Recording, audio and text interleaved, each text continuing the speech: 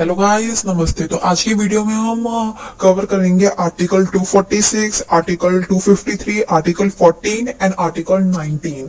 तो बिना किसी देरी के स्टार्ट करते हैं। आर्टिकल 246 ये बताता है कि जो हमारा कॉन्स्टिट्यूशन है उसने तीन अलग अलग लिस्ट निकाल रखी है, यूनियन लिस्ट, स्टेट लिस्ट और कंकरेंट लिस्ट।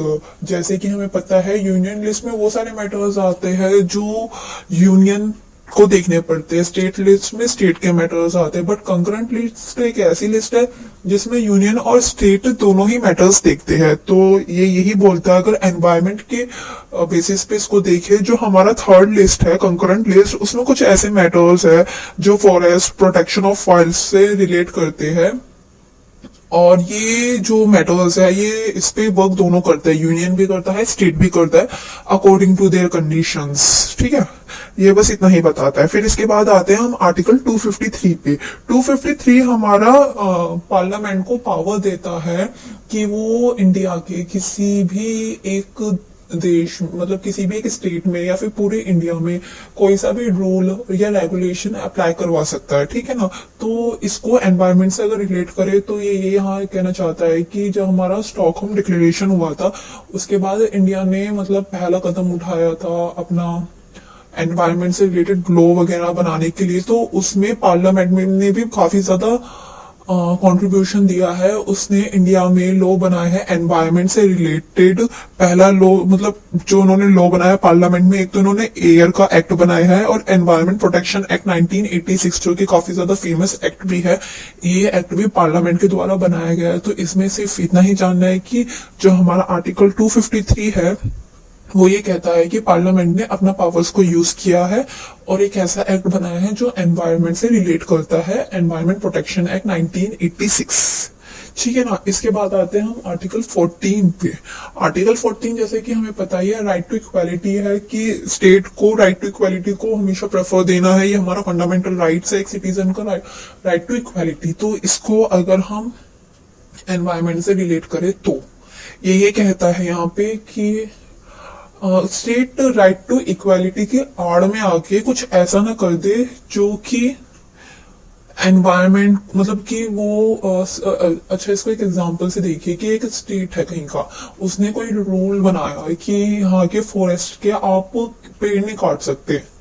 ठीक है ना। और वहां के लोगों का पेड़ काट के ही गुजारा होता है। ठीक है।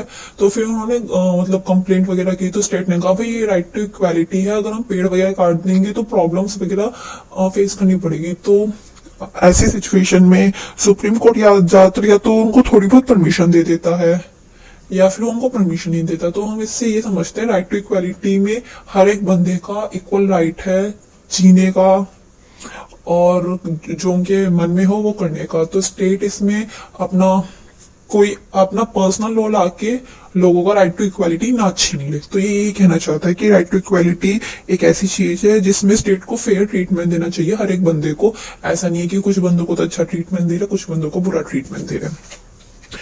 फिर आता है हमारा आर्टिकल 19 जो ये कहता है कि freedom to carry on trade और बिजनेस। ये आर्टिकल थोड़ा सा उससे अपोजिट है पहले वाले से, कि इसमें ये कहते हैं कि लाइक इंडिया है, सिटीजन में हर एक के पास एक राइट है कि वो कोई सा भी बिजनेस कैरी कर सकते हैं इंडिया के अंदर। पर ऐसा नहीं है कि आपके पास राइट है to freedom to carry any business और ट्रेड इन इंडिया तो आप कुछ ऐसा बिजनेस बना दे जो एनवायरनमेंट को हार्म कर दे। जैसे कि इंडिया ने ये कह दिया कि आप कोई सा बिजनेस कर सकते हैं। अब कोई ए नाम का बंदा आता है, वो क्या कहते हैं लकड़ियों का बिजनेस करता है, पेड़ काटता जाता है, एनवायरनमेंट को हार्म करेगा। तो ये इस राइट के द्वारा ये बताना चाहते हैं कि आपके पास राइट है, हाँ बिजनेस कर सकते हो, बट वो एक लिमिटेड है, उस पर रिस्ट्रिक्शन है, वो एब्सोल्यूट नहीं है। ये नहीं है कि आप कुछ भी कर लो, उसमें काफी सारी वो है एब्सोल्यूट है, रिस्ट्रिक्शंस लगाई गई है। और इसकी रिस्ट्रिक्शंस जो है ना तो हमें वो आर्टिकल 19 के 6 सब क्लॉज में दी गई है। और एक इसमें केस भी है MC Mehta versus union of India. इसमें ये था कि इनकी कंपनी थी जो गंगा के आसपास थी और इनकी वजह से वो नदियां वगैरह बहुत ज्यादा खराब हो रही थी, उनका पानी खराब हो रहा था। तो फिर सुप्रीम कोर्ट ने इनको कहा था कि आपको 6 महीने का टाइम पीरियड दिया जाता है और इस चीज को, अपनी जो प्रॉब्लम है जिसकी वजह से पोल्यूशन हो रहा है, इसको खत्म करो। तो वो 6 महीने के अंदर वो उस प्रॉब्लम को खत्म नहीं कर पाए, तो सुप्रीम कोर्ट ने कहा कि हम आपकी कंपनी बंद करवा देते। उन्होंने साफ साफ बोल दिया था कि अगर 6 महीने के अंदर आपने ये जो प्रॉब्लम इकट्ठा की है उसके ऊपर कुछ वर्क नहीं करते तो आपकी कंपनी बंद कर दी जाएगी। तो वो ही करा दिया। और सुप्रीम कोर्ट ने ये भी कहा था कि हाँ, इस कंपनी को बंद कराने की वजह से काफी सारे लोग अनएम्प्लॉयड हो जाएंगे, उनकी जॉब चली जाएगी। बट हमारी नजर में लोगों की जॉब से ज्यादा एनवायरमेंट है। अगर एनवायरमेंट ही अच्छा नहीं रहेगा तो लोग जिएंगे कैसे? तो उन्होंने ये कहते हुए इस कंपनी को बंद करवा दिया था।